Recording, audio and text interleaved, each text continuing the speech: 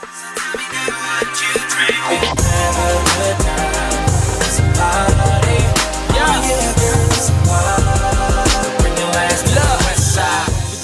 up, friends? I'm J.Max. Welcome back to my channel. This is J.Max Reax. Today I'm watching a video that just says how they tried to sabotage Amerie's career. This is by Don-Angillo. Let's see what he has to say.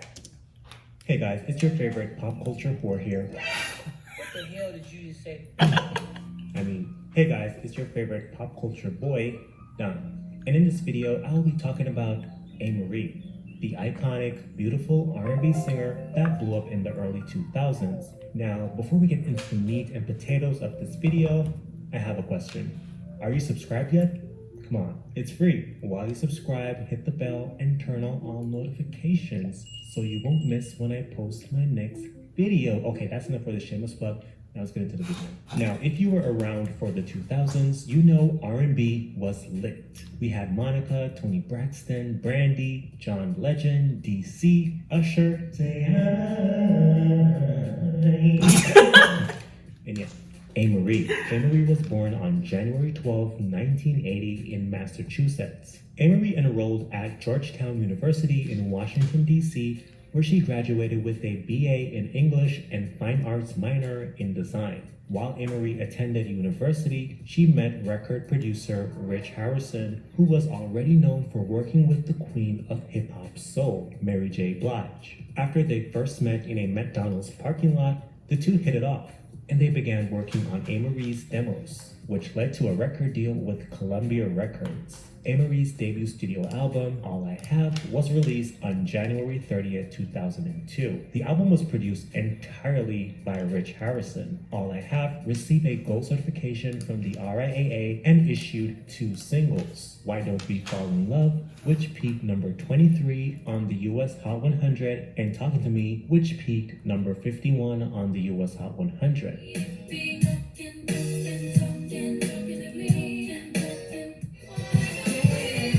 I love that song.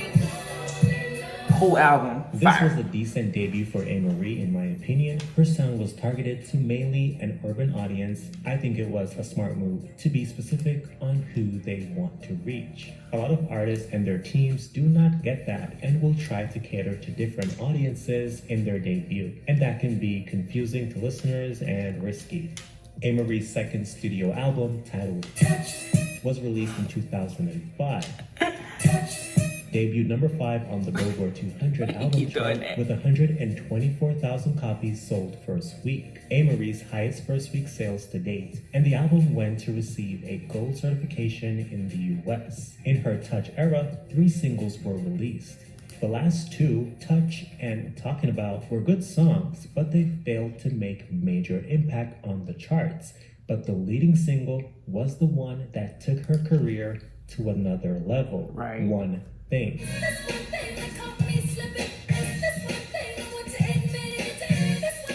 On One Thing, Amerie sings about a relationship. The relationship is not the best overall, but there's one thing that keeps her coming back for more. On the chorus, there is an emphasis on the phrase one thing, and we can all assume what that one thing is. She told Blender magazine that the one thing could be bringing flowers or something more physical. People think I'm just this good girl, but there are other sides they don't see. Right. The R&B, funk, and go-go inspired record samples the Meters' O Calcutta, a theme song from the musical O Calcutta. One Thing is a pop culture staple and stands as Amerie's most successful song to date. The track peaked number 8 on the Billboard Hot 100 and spent a total of 20 weeks on the chart. It was certified gold in the US, earned the singer a Grammy nomination, and named the 22nd and 25th best songs of the 2000s decade by Rolling Stone. J.Lo.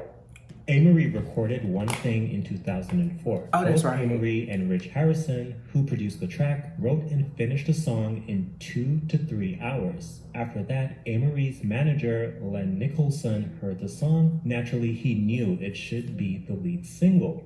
Amerie and her team submitted One Thing to Columbia execs multiple times, and each time the label rejected the song, saying it needed to be bigger. And One Thing was an already loud song. So yeah, the label was telling them to change things while being unspecific on what they should change. Amerie and Rich believed in the song, so they took things into their own hands and leaked the track to radio, where it received an overwhelming amount of love. Columbia saw this and tried to allegedly sabotage Amerie and her team because Jennifer Lopez, aka our favorite vocal stealer, heard it and wanted it. Stop saying the that. Harlem Reaper.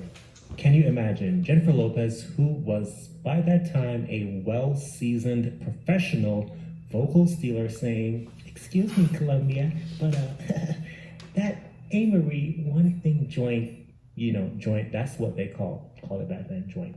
Anyway, that Amerie one thing joint, I want it, bruh." Allegedly. But thank the gods in heavens, radio said, "Hell no, y'all can suck my beat," making her have to settle for that bum-ass Get Right song. That song which had the stick and she was like, copyright. After Amerie experienced what most saw as her breakthrough with the release of One Thing, Amerie's spotlight slowly dimmed out. Now, since the beginning of time, Amerie fans have accused Beyonce of stealing Amerie's style and sound, mainly the go-go funk sound, which became more prominent after the release of One Thing. Obviously, Amerie did not create the go-go sound, but I do believe she did help with making it a trend. Some will point out that Beyonce's Crazy in Love rips off Amerie's One Thing, which makes you dismiss that claim immediately because Crazy in Love came out in 2003 while One Thing came out in 2005. But there is a counter to this. Some of her fans would say that Amerie was incorporating funk and go-go since 2002 with Rich Harrison, and Beyonce linked with Rich in 2002 after working with Amerie first. Then there's another sector of fans that would say that Rich Harrison shopped Amerie's sound around. I do believe that after One Thing came out, the go-go funk sound became more prominent in the mid-2000s. Amerie definitely made it a trend. It was a hot sound back then. Now, Amerie did not create or owned the sound. In air quotations, her sound was up for grabs, just like any trend that's easily replicated in pop culture. Take the Migos. They also, in air quotations, created a sound. When they first arrived, the ad-libs, their cadence, it was new and easily replicated, so the industry took it, and it's the same thing that happened with Amerie. Thank you for sticking around and chilling with me on this video. Tell me what you think about Amerie's career. Don't forget to subscribe and follow me on Instagram and Twitter to keep up with me off of YouTube. I'm your pop culture boy, and I will see you in the next one. Now make sure y'all go subscribe, follow him, support him. I absolutely love his content. And everything he said is exactly what I said when I watched, I think, Honest, another channel I watched, did kind of a similar situation. The only thing I don't like is when people continue to say, like, J-Lo stole vocals. I watched enough videos now to know that that narrative is really played out. People got credits for the things that they did with her work. And there was this one annoying video I watched that proved that she actually did sing on her song. So let's stop that part of it. But yes, everything he said about Amerie's sound being shopped, everything being replicated, I think if we wanted to blame somebody, really there's no blame. That sound was not copyrighted, patented, it wasn't trademarked, it wasn't so exclusive or signature to just her. She was just one person that did it and did it well. And then, her producer gave that sound to someone else. It happens quite often, people start sounding the same and we want to say they're stealing a sound from someone, and it's like, no, they just work with the same producers and the same writers.